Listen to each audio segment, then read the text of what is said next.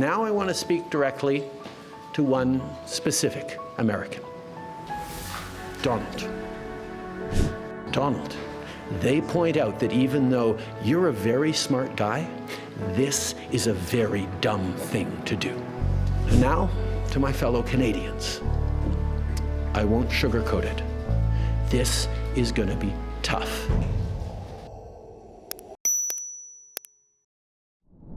The United States launched a trade war against Canada, their closest partner and ally, their closest friend.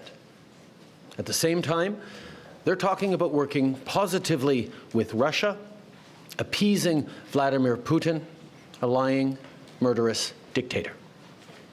Make that make sense.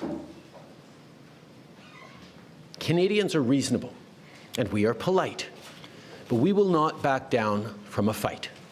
Not when our country and the well-being of everyone in it is at stake. At the moment, the U.S. tariffs came into effect in the early hours of this morning, and so did the Canadian response. Canada will be implementing 25% tariffs against $155 billion worth of American goods. I want to speak first directly to the American people. We don't want this. We want to work with you as a friend and ally.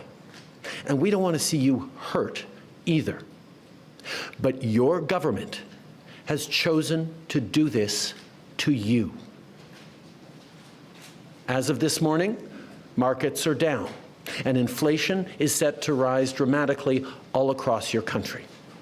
Your government has chosen to put American jobs at risk, at the thousands of workplaces that succeed because of materials from Canada or because of consumers in Canada, or both.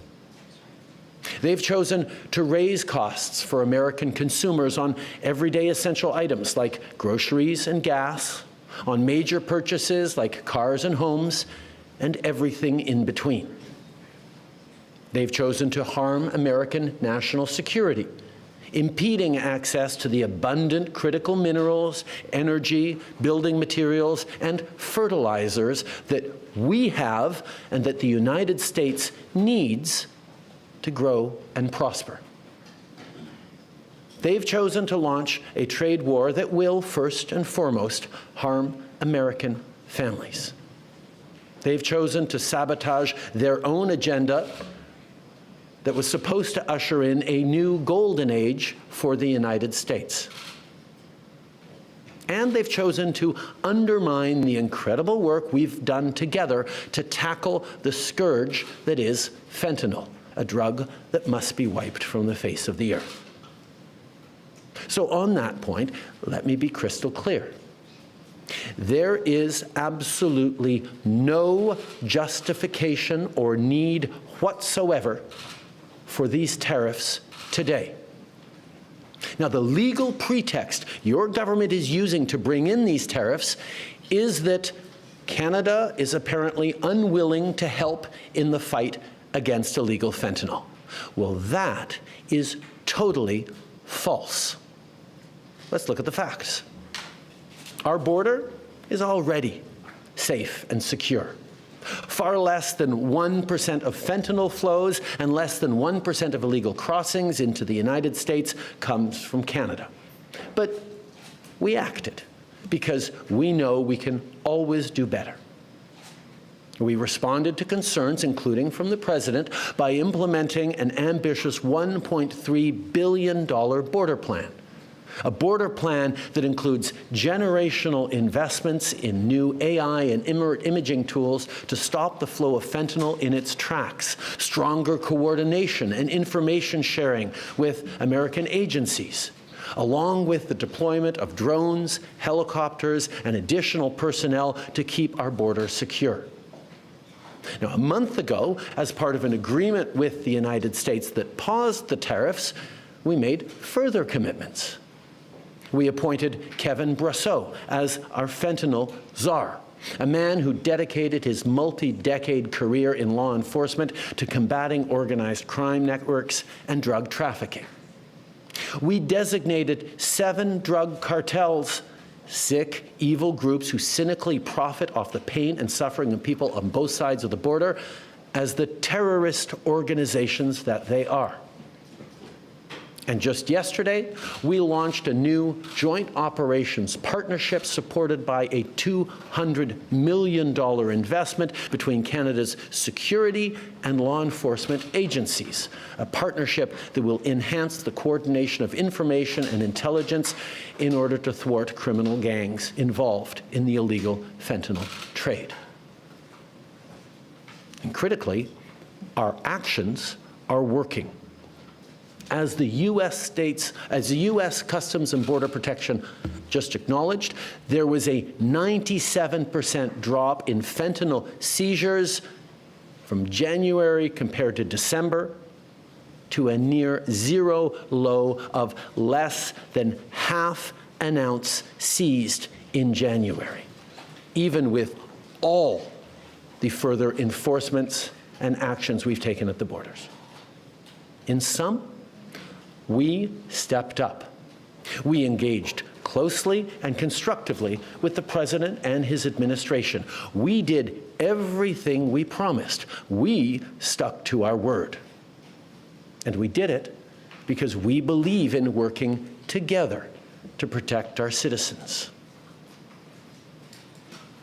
Now I want to speak directly to one specific American, Donald. In the over 8 years you and I have worked together, we've done big things. We signed a historic deal that has created record jobs and growth in both of our countries. We've done big things together on the world stage, as Canada and the US have done together for decades, for generations. And now we should be working together to ensure even greater prosperity for North Americans in a very uncertain and challenging world. Now, it's not in my habit to agree with the Wall Street Journal, but Donald, they point out that even though you're a very smart guy, this is a very dumb thing to do. We two friends fighting is exactly what our opponents around the world want to see. And now, to my fellow Canadians, I won't sugarcoat it. This is going to be tough, even though we're all going to pull together, because that's what we do. We will use every tool at our disposal so Canadian workers and businesses can weather this storm. From expanding EI benefits and making them more flexible to providing direct supports to businesses, we will be there as needed to help. But Canada, make no mistake, no matter how long this lasts, no matter what the cost, the federal government and other orders of government will be there for you. We will defend Canadian jobs. We will take measures to prevent predatory behavior that threatens Canadian companies because of the impacts of this trade war, leaving them open to takeovers. We will relentlessly fight to protect our economy. We will stand up for Canadians every single second of every single day, because this country is worth fighting for. Every time we've faced long odds and seemingly insurmountable obstacles, we've not only survived, we've emerged stronger than ever. Because when it comes to defending our great nation, there is no price we all aren't willing to pay. And today is no different.